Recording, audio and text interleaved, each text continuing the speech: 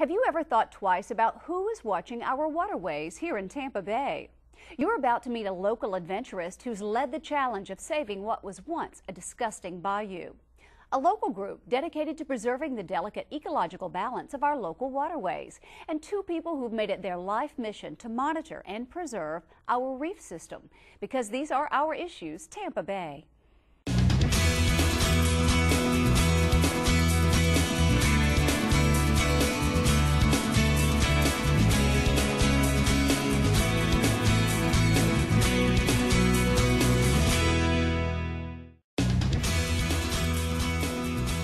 Hello, I'm Jen Holloway. There is a pressing need to find solutions to the pollution of Florida's waterways. Don't believe me? Well, believe these statistics. This summer, heavy rains overwhelmed Lake Okeechobee. In order to prevent an overflow in Florida's dike system, the Army Corps of Engineers was forced to release billions of gallons of water into surrounding estuaries. The problem? Well, all those billions of gallons of water that was released carried enough contaminants and dangerous runoff from the farms and septic tanks to screw up the salt levels of many of our waterways. And here's the result, a sad result. According to the Times, it resulted in the sudden death of 46 dolphins, 111 manatees, 300 pelicans, and 47,000 acres of seagrass beds. And that was just in the Indian River Lagoon alone. Florida Representative Patrick Murphy recently addressed Congress with these concerns. And sadly, our water issues here in Florida are taking a back seat to our country's current financial problems. So I decided, what can I do? I wanted to find local people to show us what we can do to help and how they're helping, and more importantly, how we can all do our part to preserve our local waterways. My first guest is a man who took charge in leading an effort literally saving Clam Bayou in Gulfport. That's located in Pinellas County. Kurt Zulsdorf, thank you for joining us. Thanks for having me. How did you get into adventure and loving nature, first of all? Well, I grew up, I was very fortunate to grow up in a family that just adored the outdoors. I've been a nature guide pretty much since the age of 9 years old back in Wisconsin.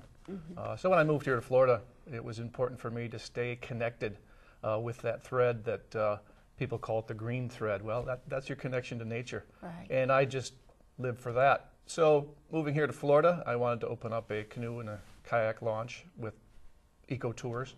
And it was my daughter, Andrasia, that decided at 9 years old, Dad, let's just go down here to the park and do kayaks there. And I didn't know anything about it at that time. Okay. So we went down and we took a look during sunset, and we noticed hundreds of birds coming back in to roost for the sun set. And I said, well, where are we going to launch these kayaks? She said, well, why don't you use the kayak launch at the bottom of the hill, Dad? And I said, oh, okay. That seemed logical. Yeah, it seemed logical, right? So very next day, I launched a kayak and went paddling in Clam Bayou Nature Park, and of course the conditions were just deplorable. There was garbage everywhere, and not just everywhere, but feet of it everywhere. But yet, through all that garbage, we got a chance to see that this place was very important for the wildlife in our region. Our estuaries are home to so many different species of birds, fish, and mammals that it's important for us to protect it. So we started the kayak operation and started the tour operation there, much to the chagrin of a lot of my friends and family members who thought I was really pretty much, nuts. But so we started launching, and it was my daughter at that time that said, well, geez, Dad, why don't you let the kayaks go out for free if people bring back a bag of garbage? I thought, well, let's try it. That's smart. And so many different local folks jumped on board to help, which turned into grants from the state, which allowed me to put the kayaks out for free, which resulted in putting out approximately 5,000 volunteers to come out and help remove over 300,000 pounds of garbage from Clam Bayou Nature Park over the past 10 years. And that's just one bayou. That's just one estuary, correct. Estuary. It's about 185 acres. So, the efforts over the past years have really been amazing. We've seen a lot of critters return back into the park. An increasing number of manatees that get a chance to stay in the park now, and they get to feed through the grasses now without any debris. We've got a family of otters, a family of 5 that are in there currently. They just came in here this week. It's fun to watch them. Of course, who doesn't like to watch otters play? The ducks have been maintaining. We've got more blue herons in the park, and over time I think we're going to see that continuing as long as we do our part here on dry land to keep our trash from flowing into the waterways. And some of those little tips are, what do you tell people? How do we all do our own small part to help? Yeah, I think the key right there is the small part. You know, it's those small things. You know, the program that we released and continue to do is small and it's simple. You just go out and you do your part.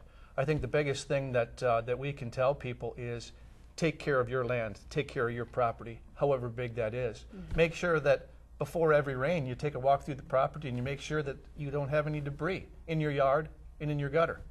From there, once you've got that kind of managed and under control, take it to your workplace. Walk around the parking lot, walk around the back of the building, and make sure that that debris is picked up. Because with every rainstorm, that stuff flows downhill and it ends up in our waterway somewhere. A lot of people will look at a single bottle, can, a bag, a cigarette butt and think, that won't make any difference.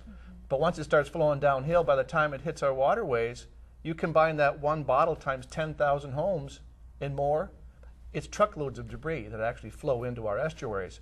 So managing those small little things around your own property is probably the biggest and best and easiest thing that you can do that makes the biggest impact down the road.